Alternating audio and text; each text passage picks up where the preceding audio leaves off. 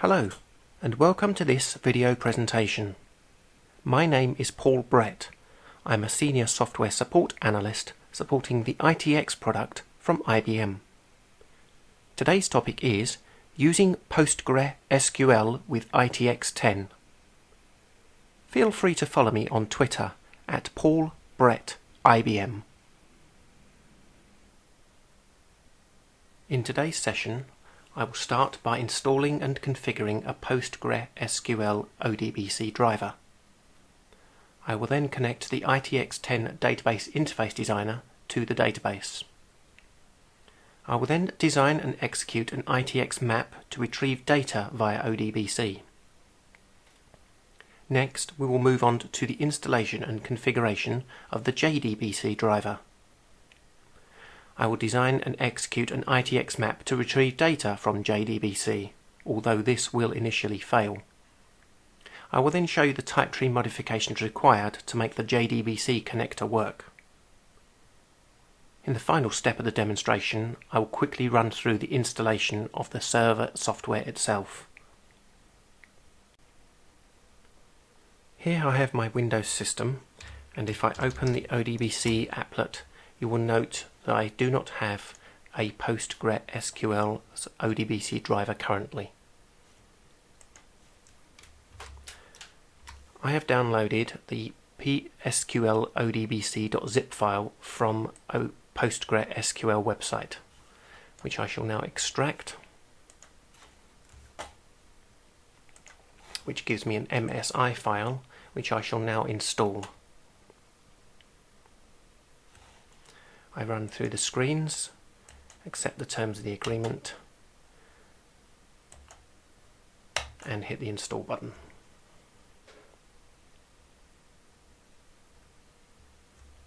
And that's that.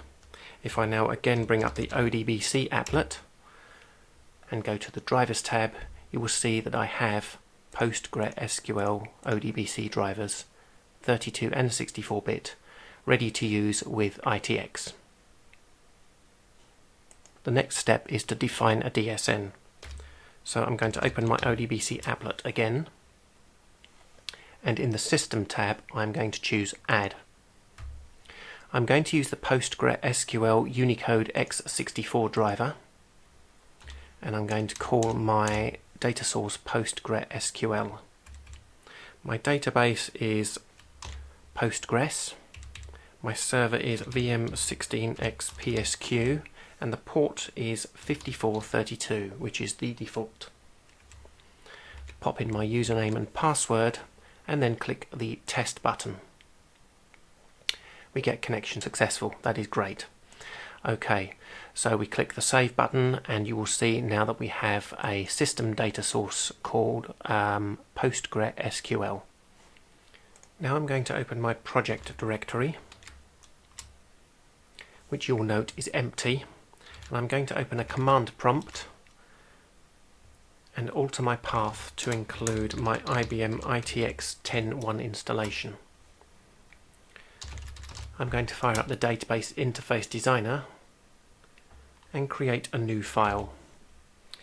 First job is to save that file into my project directory, and I'm going to call that query file 1.mdq. Within the file, I'm going to define a new database. I'm going to call this PostgreSQL. From the adapter list, I'm going to choose ODBC, and the Access User Tables Procedures Only option I'm going to change from yes to no, because I want to see them all. In the drop-down box for the data source, Database Interface Designer, I'm going to pick my PostgreSQL option, and the same for runtime. In the security box, I'm going to pop in my username and password.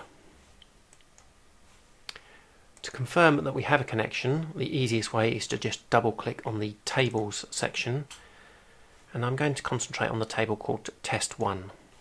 I'm going to change the default name of the type tree that is created to match the table. and then click the Generate button. It's completed successfully. As you can see, my table has 2 columns, name and age. I'm going to close that, and I'm going to create a query. So we click Query New. I'm going to call this Query 1, and my query is going to be select star from test 1. Expand the queries section and right click on query 1, and we're going to generate a tree from the query. This is going to be used in our input card. So I'm going to change the name of the query that gets produced to match the table name, query underscore test 1.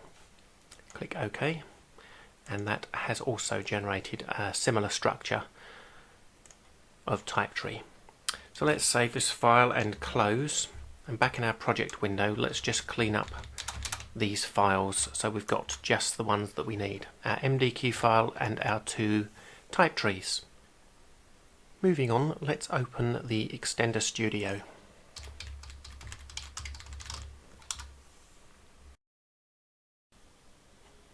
I'm going to create a new project. I'm going to call this project PostgreSQL.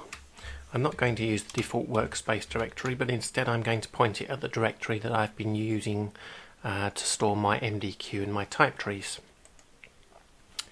If I expand my project here, you will see that there are 2 type trees already in the project. I'm going to create a 3rd general purpose type tree. Let's call this type tree generic.mtt and put it in the Postgre project. I'm going to add an item, text item, and in the properties window I'm going to change it from category to item. From the tree menu, analyze structure and logic, and finally save. This type tree is ready to go. Next step is to create a map. From the map section I choose new map source. I'm going to call my file test.mms in the PostgreSQL project, and in the outline view I'm going to choose new map. I'm going to call my first map test1. Let's have a new input card. The card I shall call in1. The type tree I shall use is the one that's based on my query, because we are going to get data from the database and it's coming into this input card. From the object picker, the object I want to use is dbSelect. I'm going to change the source from file to database, and then this enables this extra section where I can point to my MDQ file, and it automatically brings in a list of all the queries, and because I only have one, it's actually populated the query field for me. So this card is pretty much complete. I'm going to add on the tracing option and click the OK button. Okay, so every time I build and run this map, this will run that query, connect through the ODBC adapter to my PostgreSQL database and retrieve the contents of the table. At the moment they're not going to go anywhere, so let's create a new output card. I'm going to call this out. I'm going to use temporarily a generic type tree with just a text blob item, and I'm going to write to a file called output.txt. My rule is going to be package.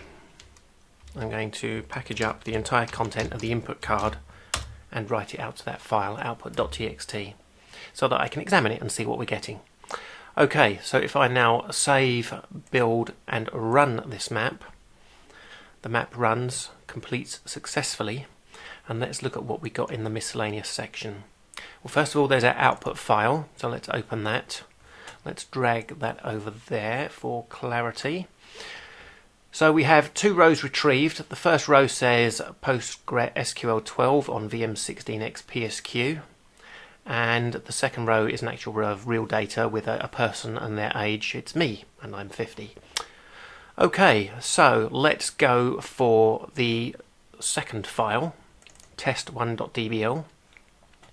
And you can examine this if things went wrong. I mean, for us, things went perfectly, but that gives you a little summary of all the steps that it went through, including listing out our actual query there.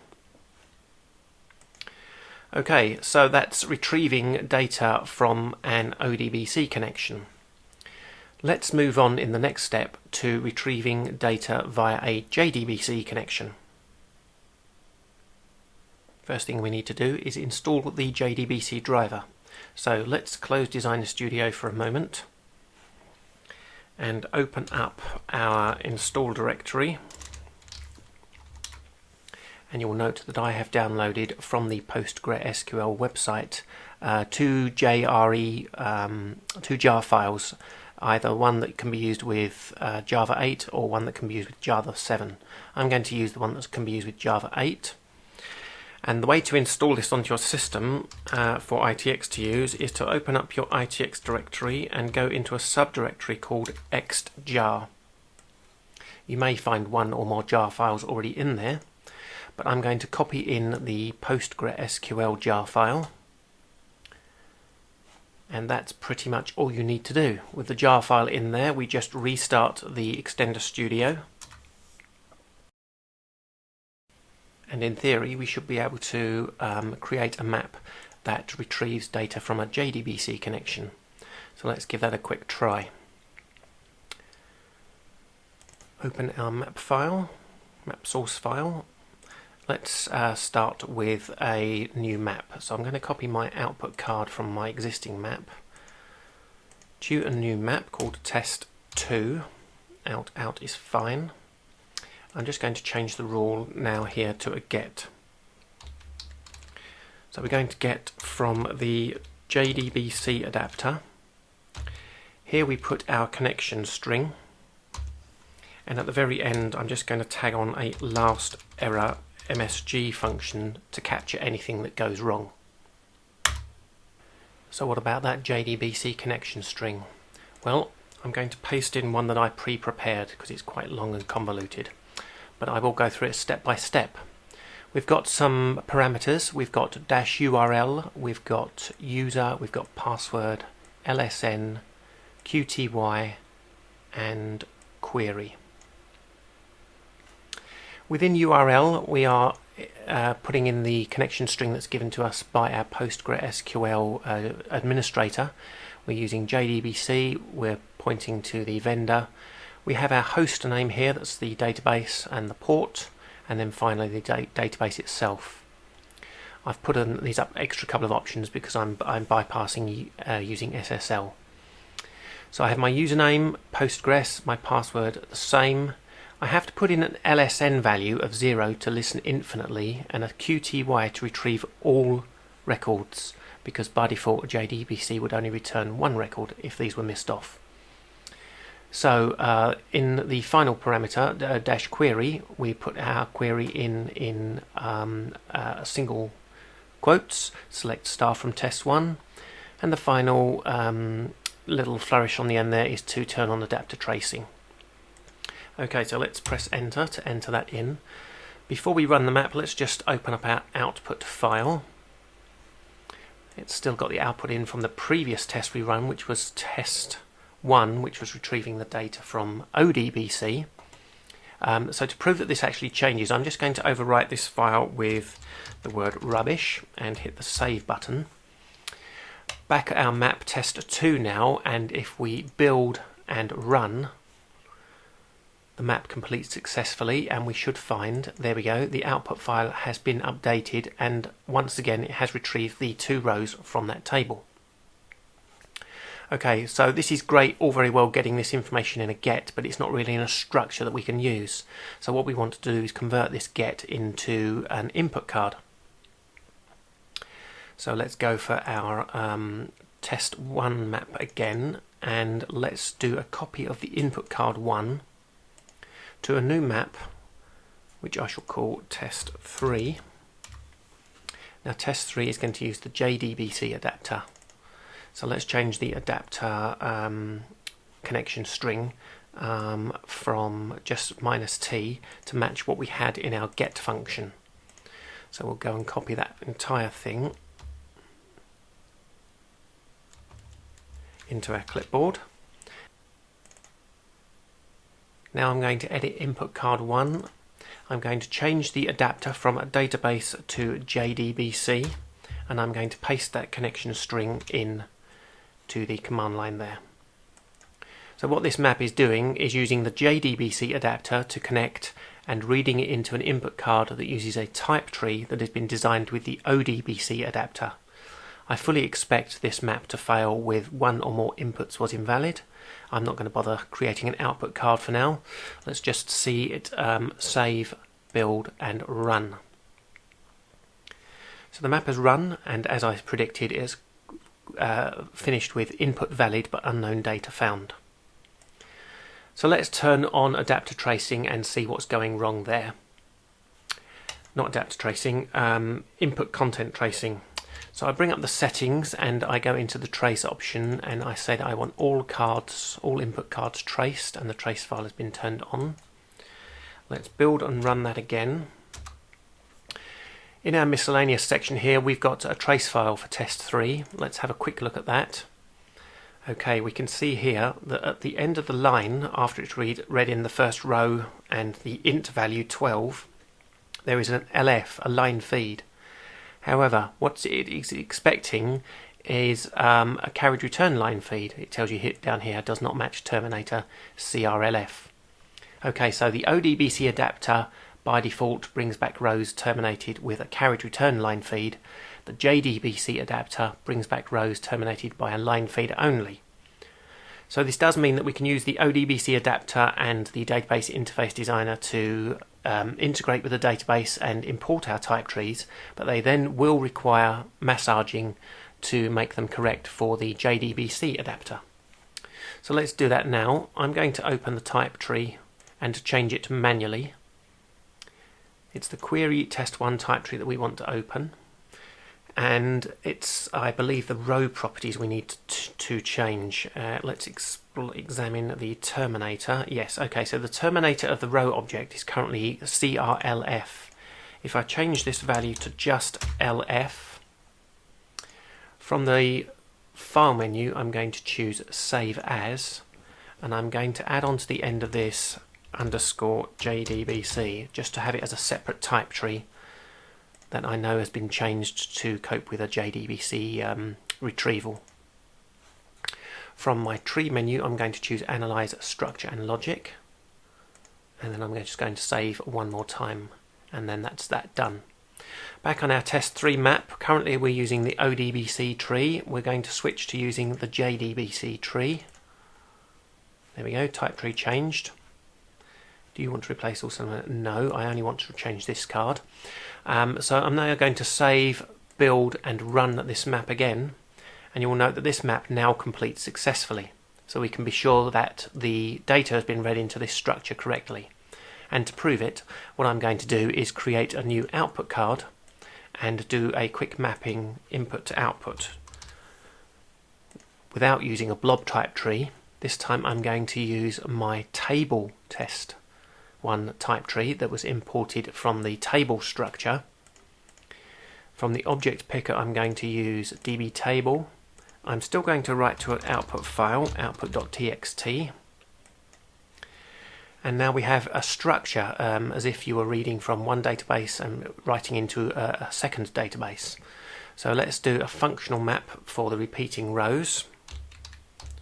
Each row, and we want the input rows like that.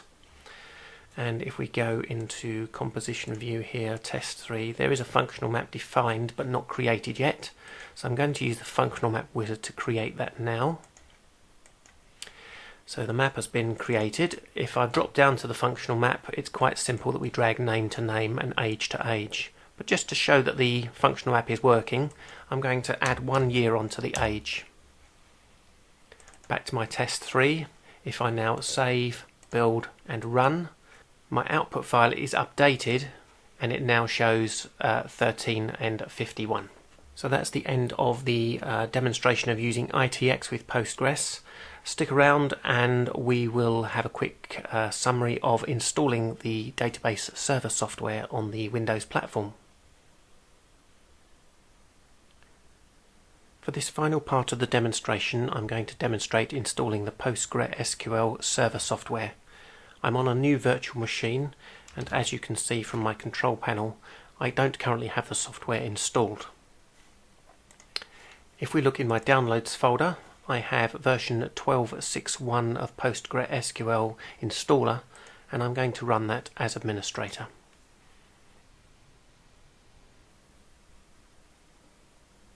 The install wizard is fairly simple. I just click on the next button. I let it pick the standard directory. I let it choose all of the software that's available and a data directory. And finally, I just put in a standard password for the Postgres user.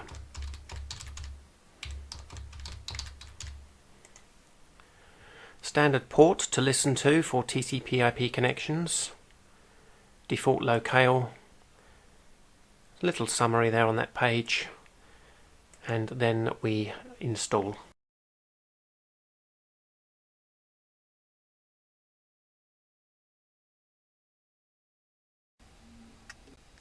Okay, the software has been installed. It's asking if it wants to run Stack Builder to download and install additional tools. I'm going to go with no for that.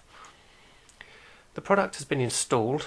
I'm going to check the installation on the C drive. It's in the program files directory under the PostgreSQL folder and in a subfolder called 12, which is the version.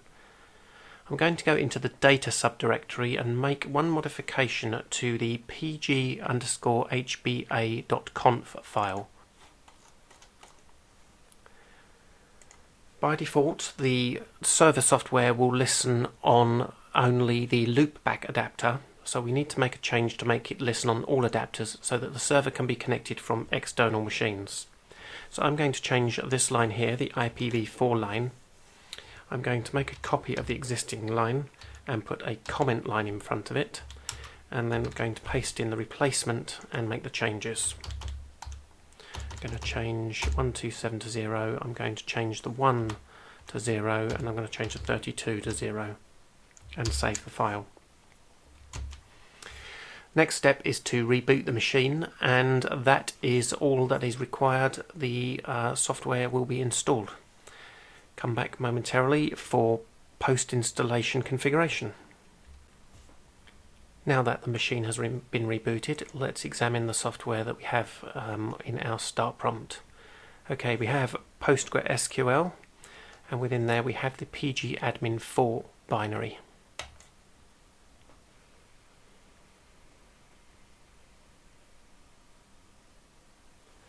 I'm going to set a master password. This only has to be done once. And now we can explore the server. By default, a connection is made to your standard installation. Reuse the password that we used when we created the server.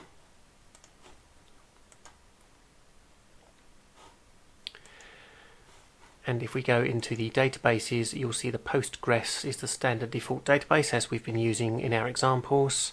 And down here at schemas and in tables, you can see that we've currently got no tables, but it's quite easy to recreate the table that we used in the testing.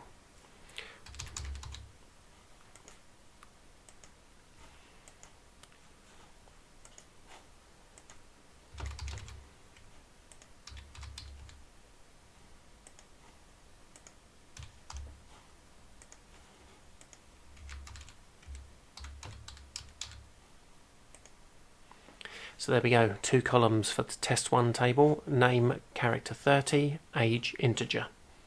Hit the save button there, and there is my table back again. And there we go, within a few minutes we've got the server software installed, listening on all TCP/IP addresses, and the table recreated through the pgadmin GUI. I want to thank you for taking the time to watch my video presentation today. If you found the content interesting and informative, please hit that like button. Consider subscribing to my YouTube channel, as I release content such as this on a regular basis. Feel free to reach out to me on Twitter at PaulBrettIBM. Thank you.